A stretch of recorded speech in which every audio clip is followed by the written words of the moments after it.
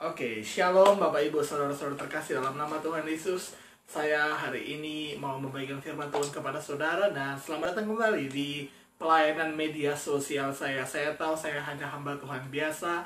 Saya disebut hamba Tuhan online yang banyak diejek, yang banyak dikritik. Saya hanya hamba Tuhan kecil, tapi saya tahu Tuhan saya luar biasa dan itu yang saya bawakan kepada saudara semuanya.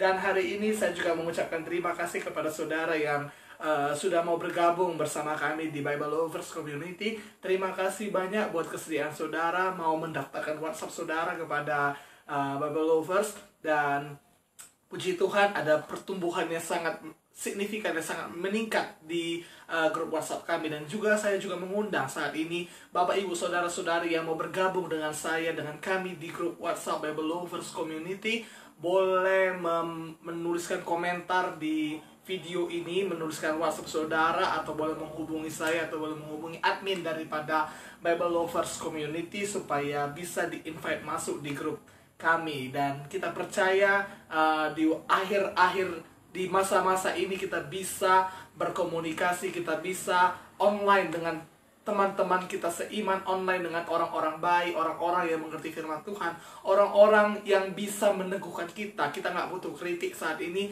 kita nggak butuh kata-kata negatif, kita nggak butuh hoax, kita nggak butuh hal-hal yang menakutkan. Kita butuh firman Tuhan yang membawakan iman kepada kita, karena dengan iman kita bisa mendapatkan mukjizat dalam hidup kita. Haleluya. Dan hari ini, karena ini bulan 4, ya, kebanyakan kita bicara tentang Paskah, tapi mulai besok saya akan post mengenai Paskah. Kita akan post mengenai 7 perkataan Tuhan Yesus di kayu salib. Saya pastikan saudara melihatnya. Dan hari ini sebelum itu saya mau membahas perihal kemenangan. Saya mau membahas mengenai bagaimana kita mendapatkan kemenangan karena kita mengandalkan Tuhan dalam hidup kita. Saya mau bersaksi kepada saudara bahwa tahun 2018 yang lalu saya mendapatkan satu kemenangan yang luar biasa di bulan April ini. Tepatnya tanggal 17 April, saya mendapatkan kemenangan yang luar biasa. Apa kemenangan itu? Ya, kemenangan itu adalah doa kita yang dijawab oleh Tuhan. Walaupun mungkin orang-orang berkata, Allah itu karena keberuntunganmu, itu karena kebetulan saja yang kau menang. Saya rasa tidak. Saya percaya ada campur tangan Tuhan di setiap kemenangan dalam hidup kita. Ada campur tangan Tuhan, ada perlindungan Tuhan, ada kekuatan Tuhan, ada kuasa Tuhan dalam satu peperangan sehingga kita bisa mencapai satu kemenangan. Dan saya mau membagikan firman Tuhan kepada saudara. Saya mau memberikan kesaksian saya pada saudara. Ya, saya ini bukanlah seorang teologian, saya bukanlah seorang mahasiswa teologi, saya bukanlah seorang pendeta, saya bukanlah seorang gembala sidang. Saya hanyalah hamba Tuhan biasa, dan saya hanyalah seorang mahasiswa. Saya mahasiswa di akuntansi, di pendidikan akuntansi di Universitas Negeri Medan, Sumatera Utara, di Medan, ya, Universitas Negeri Medan, Unimed. Dan saya mau membagikan kepada saudara bagaimana saya bisa masuk di Unimed itu, bagaimana saya bisa masuk di universitas yang boleh dikatakan cukup terbaik di Pulau Sumatera, bahkan di Indonesia ini. Ya, mungkin bagi saudara ini, kau anak Unimed aja kok banyak cakap, banyak bacot katanya. Saya tidak bilang itu. Saya tahu kemampuan saya seperti berapa, tapi Tuhan saya yang membuat saya bisa masuk ke situ. Ya, cara gini, tanggal 17 April 2018 yang lalu itu merupakan tanggal yang saya tunggu-tunggu.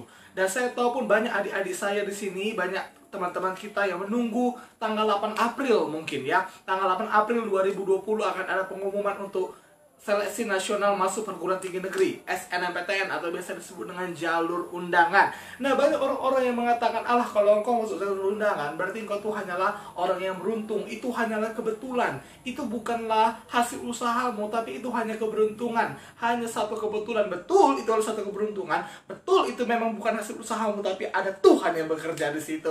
Itulah kuasa Tuhan yang mau Tuhan nyatakan atas kita, anak-anaknya. 17 April 2018 yang lalu, ya. Saya sekolah di sekolah yang baru. Saya bukanlah sekolah, karena biasanya kalau jalur undangan itu, jika kakak kelas saya sudah masuk di satu fakultas atau satu jurusan, maka adik kelasnya bisa ngikut, ya. Yang saya angkatan keempat di sekolah itu, angkatan pertama masuk di bahasa Prancis Unimed, angkatan kedua masuk di bahasa Prancis Unimed, angkatan ketiga tidak masuk kemana-mana, ya, yang jalur undangannya. Angkatan keempat ada 2 orang, satu teman saya, dia seorang perempuan, dia masuk di bahasa Inggris Unimed. Tentu saya satu fakultas, tapi saya masuk di Fakultas Ekonomi Universitas Negeri Medan. Kenapa bisa demikian? Saya tanya Tuhan, banyak orang lebih pintar daripada aku. Bahkan ada yang juara satu kok nggak masuk dia di universitas yang dia pilih. Kenapa harus aku, Tuhan? Tuhan jawab, karena engkau punya Tuhan yang hidup. Mereka tidak punya Tuhan yang hidup, tapi engkau punya Tuhan yang hidup. Dan saya percaya, saya akui di situ bahwa Tuhan itu baik. Tuhan Yesus baik. Saya akui hal itu. Dan saya bersyukur kepada Tuhan. Tanggal 17 April, saya mendapatkan satu kemenangan. Dan saya boleh katakan itu satu keajaiban. Karena belum ada, bahkan sampai hari ini pun. Saya berdoa tanggal 8 ini ada kabar-kabar baik dari sekolah saya, dari tamatan saya. Tapi sampai saat ini saya belum ada dengar bahwa ada yang masuk melalui jalur undangan lagi di fakultas kami, di fakultas saya tentunya.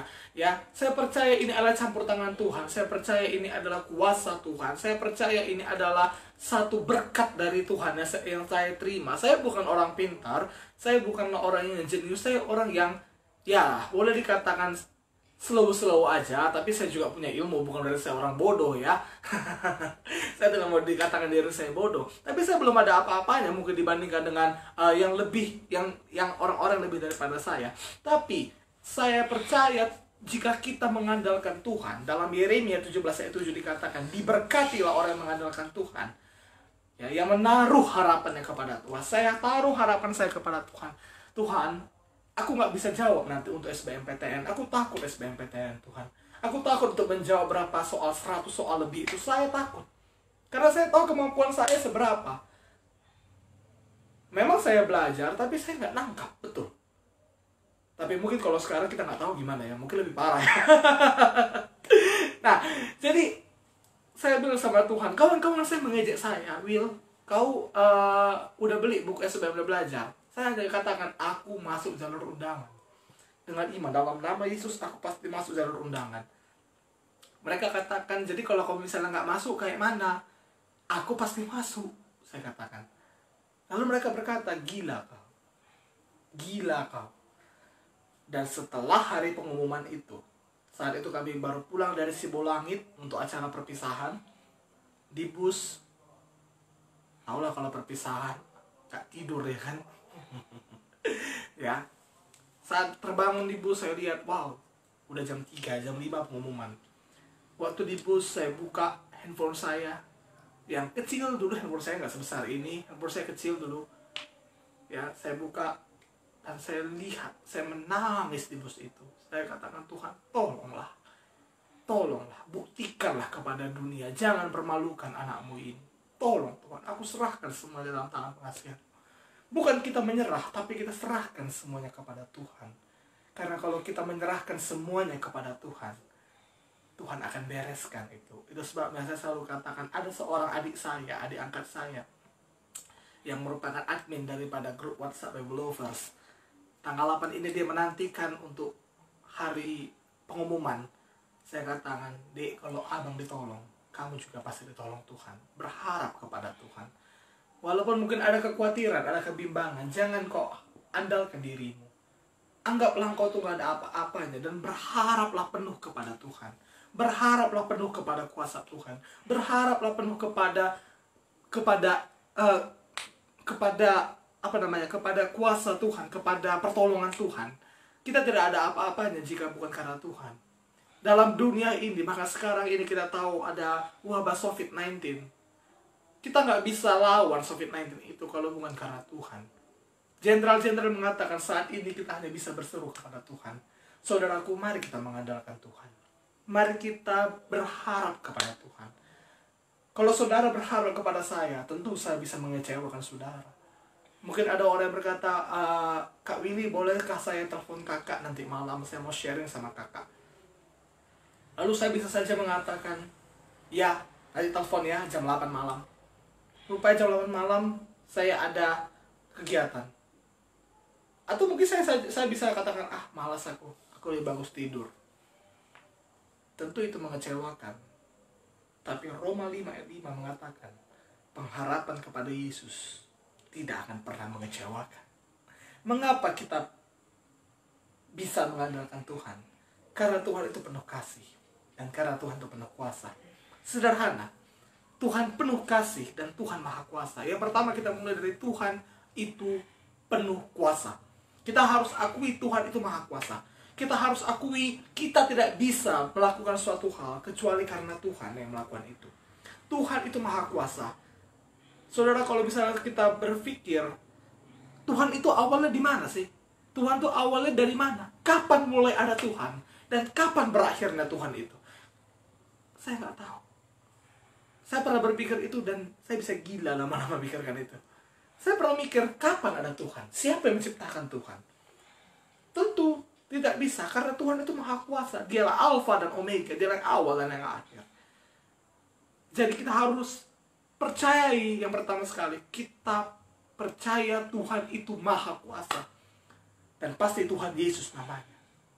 Dia maha kuasa. Apa yang sudah dilawan ini, bahkan kematian pun sudah dikalahkannya. Itu akan kita peringati hari Minggu nanti. Dia mengalahkan kematian, dia bangkit dari antara orang mati.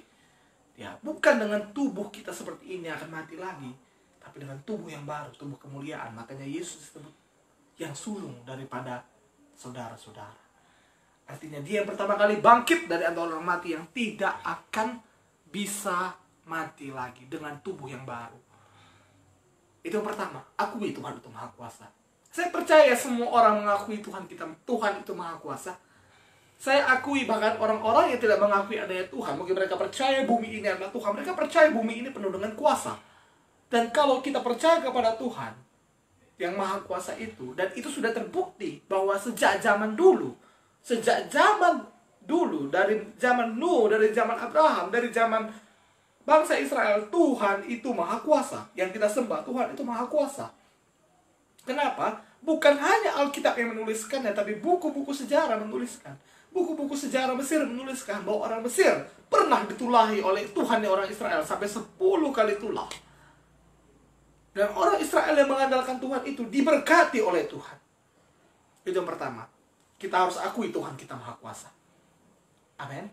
Yang kedua, kita perlu akui Tuhan itu penuh kasih. Apa gunanya Tuhan yang maha kuasa itu tapi tidak penuh kasih? Ya, dia maha kuasa, tapi dia tidak melakukan apa-apa. Dia tidak mau melakukan apa-apa dalam hidup kita. Kita tahu Tuhan itu penuh kasih. Tuhan itu maha kuasa dan Tuhan itu penuh kasih. Karena kasihnya lah dia mau menyatakan kuasanya pada kita. Karena kasihnya lah dia mau menolong kita. Dan hari Jumat ini kita akan peringati, karena kasihnya dia mau mati untuk kita. Siapa yang mau mati untuk saudara? Ada? Ada yang mau mati untuk saudara? Saya percaya tidak akan ada yang mau mati untuk saudara. Pacar saudara nggak mau mati untuk saudara. Pendeta saudara nggak akan mau mati untuk saudara. Orang tua saudara mungkin nggak mau mati untuk saudara. Sahabat saudara mungkin nggak mau mati untuk saudara. Mungkin kayak saya. Siapa yang mau mati untuk saya? Yang mau saya mati mungkin banyak. Ya. Siapa yang mau mati untuk kita? Satu orang, Yesus namanya. Itu sebabnya kita perlu mengandalkan dia. Mengandalkan dia juga. Kita andalkan dia sebagai jaminan keselamatan kita. Kita diselamatkan bukan karena kehebatan kita, bukan karena perbuatan baik kita, tapi karena dia, Yesus, yang telah mati menebus dosa kita. Siapa yang mau mati untuk saudara? Tidak ada. Yesus mau mati untuk saudara. Dan dia sudah membuktikannya. Dia bukan hanya janji untuk mati, dia sudah mati di kayu salib. Dia betul-betul mati di kayu salib. Ini yang perlu kita andalkan dalam hidup ini. Dia sudah membuktikan cintanya kepada kita. Dia bukan Tuhan yang PHP. Pemberi harapan palsu. No. Dia bukan Tuhan yang PHP. Dia sudah buktikan cintanya kepada kita. Jadi kita harus akui dia maha kuasa. Kita harus akui dia maha kasih. Loh, kalau dia maha kuasa, kenapa dia mau mati di kayu salib? Sederhana. Yang namanya dosa demi keadilan Tuhan, dan Tuhan itu juga maha adil. Dosa itu harus dihukum. Dan semua dosa dan pelanggaran kita itu ditanggung Yesus di kayu salib. Kalau saudara ingat doa Tuhan Yesus di Taman Getsemani, ya Bapa, kalaulah boleh, lalukanlah cawan ini daripadaku. Lalukanlah cawan ini. Bukan salib ini, tapi cawan ini. Mengapa cawan? Kenapa bukan salib? Yesus siap menanggung salib. Yesus sanggup menanggung cambukan Romawi. Yesus sudah siap untuk menghadapi hujatan. Tapi dia hampir tidak sanggup. Hampir tidak sanggup. Saya bukan bilang gak sanggup. Hampir tidak sanggup meminum cawan penderitaan. Cawan itu apa? Cawan murka Allah kepada seluruh umat manusia. Neraka, itu dia. Karena semua dosa manusia, baik yang sudah ada, bahkan yang belum ada. 2000 tahun yang lalu waktu Yesus mati di kayu salib, kita belum ada, betul? Saya dan saudara belum ada di situ. Tapi dosa kita sudah ditanggung oleh Yesus. Itu sebabnya dia berkata, ya Bapa, tolonglah, kalaupun boleh, lalukanlah cawan ini daripada.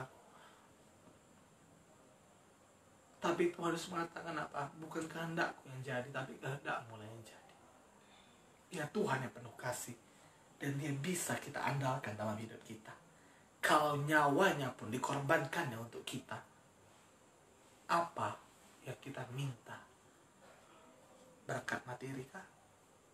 Berkat kesembuhan kah? Berkat damai kah?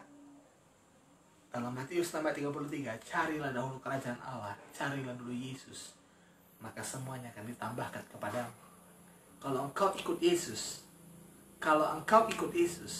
engkau dapat segalanya. Cari dulu sumber berkatnya, jangan cari berkatnya. Maka kalau engkau cari sumber berkatnya, engkau akan diberkati. Tapi kalau engkau cari berkatnya, stop sampai situ saja. Itu sebabnya engkau perlu mengandalkan Tuhan. Yesus, dia mati di kayu salib, dia penuh kuasa, karena dia bangkit pada hari yang ketiga. Dan dia Tuhan yang juga penuh kasih, dia sudah buktikan cintanya kepada kita. Ingat sekali lagi, kalau nyawanya pun dikorbankannya untuk kita. Apa yang perlu kita? Apa yang kita perlu saat ini? Perlindungankah dari wabah COVID-19? Penjagaan Tuhankah? Mari andalkan Tuhan dalam hidup ini. Jangan andalkan masker, saudara. Ya, mungkin perlu pakai masker. Jangan andalkan hand sanitizer, saudara. Tapi andalkan firman Tuhan. Karena Tuhan, Yesus, dan firman itu adalah satu. Andalkan Mazmur 91. Ada perlindungan Tuhan yang menjagai kita. Beratkah hari-hari ini bagi saudara? Bagi saya berat kok. Teman-teman saya mengatakan, Will, bisnis hancur, Will. Bisnisku hancur, Will. Asmaraku hancur, Will. Andalkan Tuhan. Amin. Andalkan Tuhan. Kita nggak bisa hidup tanpa Tuhan. Aku ada saat ini, semua berkat kemurahan-Mu. Terima kasih, Yesus. Engkau sangat baik, teramat baik bagiku. Apa yang dimaksud dengan mengandalkan Tuhan? Dua hal. Tadi mengapa Tuhan perlu diandalkan? Ada dua. Karena dia maha kasih dan dia maha kuasa. Dia maha kuasa dan dia maha kasih. Bagaimana cara kita mengandalkan Tuhan? Ada dua hal juga. Yang pertama, jika ada kesusahan datang. Oke, saya mulai dulu dari kesukaan ya. Jika ada sesuatu yang baik datang. Yang pertama, jika ada satu yang baik, ada mukjizat datang dalam hidup kita, bersyukur kepada Tuhan. Andalkan Tuhan. Terima kasih Tuhan Yesus. Kau sangat baik. Kau sungguh baik. Terima kasih Tuhan. Dan kalau ada sesuatu yang buruk datang pada kita, ada dua. Yang pertama, kita memohon kepada Tuhan. Tuhan, tolonglah. Tolonglah, selesaikan masalah ini daripada aku. Tuhan, tolonglah. Datanglah Tuhan. Tolong kami saat ini. Kita panggil Tuhan. Kalau ada sesuatu hal yang jadi pada saudara, iman saudara itu akan berkata, panggil dokter dulu atau panggil Tuhan dulu. Panggil bank untuk utangan atau panggil Tuhan dulu. Kalau bisnis lagi merosot. Panggil Yesus. Panggil Tuhan terlebih dahulu. Karena Tuhan itu maha kuasa. Dia siap. Dia bisa diandalkan. Dia tidak pernah mengecewakan. Tapi kok lama kali, waktu Tuhan pasti yang terbaik. Banyak pendeta-pendeta. Mana itu pendeta-pendeta yang khotbah kesembuhan, ada mukjizat, tapi kok corona ini nggak berhenti-berhenti. Diam. Waktu Tuhan pasti yang terbaik. Apa mau ngomong apa lagi? Aku naikkan lagi kuncinya. Ya. Kita perlu mengandalkan Tuhan. Dan kita nggak usah khawatir. Tuhan sudah proses semuanya. Waktu Tuhan pasti yang terbaik. Akan datang waktu yang terbaik bagi kita, yang Tuhan berikan kepada kita. Jadi santai. Saat kita masih dalam proses, saat kita masih dalam perjalanan menuju kemenangan, mari tetap mengandalkan Tuhan. Mari kita tetap bersekutu dengan Tuhan. Dan kalau ada sesuatu yang buruk lagi datang kepada saudara, pertama kita panggil Tuhan. Dan yang kedua, tetap bersyukur. Ucapan syukur itu merupakan tanda kita menerima mukjizat Tuhan. Tadi yang pertama, kalau kita mendapatkan satu hal yang baik dalam hidup kita, kita bersyukur kepada Tuhan. Dan kita sudah mendapatkan yang baik, maka kita bersyukur. Yang kedua, kalau yang buruk pun jadi lalu kita bersyukur, maka artinya seolah-olah kita sudah dapatkan, padahal belum. Tapi bersyukur saja, karena ada kuasa dalam ucapan syukur. Itu juga namanya mengandalkan Tuhan. Saat ada sesuatu yang terjadi, ada satu hal yang buruk yang jadi, ya memang pertama kau panggil nama Yesus, tapi bangunlah pondok Daud dalam hidup saudara. Bangunlah puji-pujian, sukalah memuji dan menyembah Tuhan. Katakan terima kasih Yesus, terima kasih Yesus, ku beri syukur hanya bagimu ya Allahku, ya Tuhanku. Terima kasih Yesus, terima kasih Yesus, ku beri syukur hanya bagimu. Terima kasih Yesus. Ketika kita berterima kasih kepada Tuhan, ketika kita menyembah Tuhan, ketika kita bersyukur kepada Tuhan, tentu memang masalah itu nggak akan langsung hilang, tapi pastilah ada damai di hati. Dan kalau ada damai, tentu kita bisa bekerja, tentu kita bisa menjadi lebih baik. Itu sebabnya bersyukurlah selalu, sering-sering bersyukur, sering-sering menyembah Tuhan. Apapun yang jadi, terima kasih Tuhan Yesus. Bisnis merosot, thank you Jesus, terima kasih Tuhan Yesus. Banyak kuasa, banyak contoh orang yang mendapatkan mukjizat karena dia bersyukur. Jadi mari kita mengandalkan Tuhan dengan cara kita bersyukur kepada Tuhan, seolah-olah kita sudah mendapatkan. Bersyukur itu merupakan tanda iman kita kepada Tuhan, tanda kita mengandalkan Tuhan. Itulah nama kita, bersyukur kepada Tuhan. Apapun yang jadi,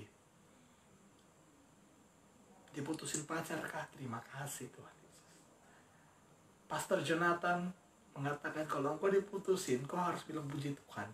Dan kau harus traktir kawan-kawanmu. Loh, kenapa? Iya, karena artinya dia bukan jodohmu. Tuhan sudah siapkan yang terbaik. Apa yang jadi? Mungkin kau dapat penyakit. Ada satu penyakit, hancur katanya. Terima kasih Tuhan Yesus, masih hidup aku. Ya, batuk misalnya, nggak berhenti. Terima kasih Tuhan Yesus, masih hidup aku, masih bisa aku batuk, berarti masih hidup ya kan? Doakan biar gak batuk lagi. Ya udah, kita doakan dia gak batuk-batuk lagi sampai selama-lamanya. Mati rupanya ya. Jadi mari kita bersyukur, suka kita bersyukur, karena saat kita menyembah Tuhan, kita bersyukur kepada Tuhan, kita sembah Tuhan. Ketika kita menyembah Tuhan, ada Tuhan di situ. Ada Tuhan yang hadir ketika kita datang menyembah Dia. Mari kita andalkan Tuhan dalam hidup kita. Pengharapan kepada Yesus tidak mengecewakan. Engkau bisa berharap kepada manusia, tapi itu mengecewakan. Tapi ingat, dalam Yeremia 17:5 dikatakan, terkutuklah orang yang mengandalkan manusia, terkutuklah orang yang berharap kepada manusia, terkutuklah orang yang mengandalkan kekuatan dirinya sendiri. Sebab jangan andalkan kekuatan saudara, andalkan Yesus saudara. Jangan andalkan pengetahuan saudara. Kalau saya andalkan pengetahuan saya, ya Indonesia akan bangkrut. Indonesia krisis ekonomi, krisis moneter yang sangat luar biasa terjadi di Indonesia. Tapi saya lebih mengandalkan Tuhan yang mengatakan, Allahku akan memenuhi segala keperluan hidupku. Itu yang kita andalkan. Maka Tuhan pasti memelihara hidup kita. Itu sebabnya Mari kita mengandalkan Tuhan, mari kita percaya kepada Tuhan, mari kita berpegang teguh kepada Tuhan, mari kita berharap kepada Tuhan. Apapun perjuangan kita kali ini, apapun yang sedang kita nanti-nantikan, yang sedang kita impi-impikan, mari kita berharap kepada Tuhan. Mengapa kita gundah gulana, kata Daud, berharap sajalah kepada Tuhan. Berharaplah kepada Tuhan, sukalah memuji Tuhan, sukalah menyembah Tuhan. Saat ku sembah, ku pujimu, ku rasakan kehadiran-Mu Tuhan. Saat Tuhan hadir, maka ada mukjizat dalam hidup kita. Haleluya. Terima kasih buat Bapak Ibu Saudara-saudara yang sudah menonton siaran langsung ini. Dan saya berdoa kiranya kita semuanya yang menonton, yang menerima firman Tuhan ini, semuanya kita yang mengandalkan Tuhan, menerima mukjizat Tuhan. Kiranya semua kita menerima pengurapan dari Tuhan. Kiranya semua masalah, semua badai berlalu dalam nama Yesus. Semua perjuangan kita, semua doa-doa kita kiranya bisa dijawab oleh Tuhan. Dalam nama Yesus, kiranya doa ini, firman ini bisa memberkati banyak orang, Tuhan. Terima kasih Tuhan, dalam nama Yesus. Haleluya. Amin, amin, amin. Tuhan Yesus memberkati kita semuanya. Selamat malam.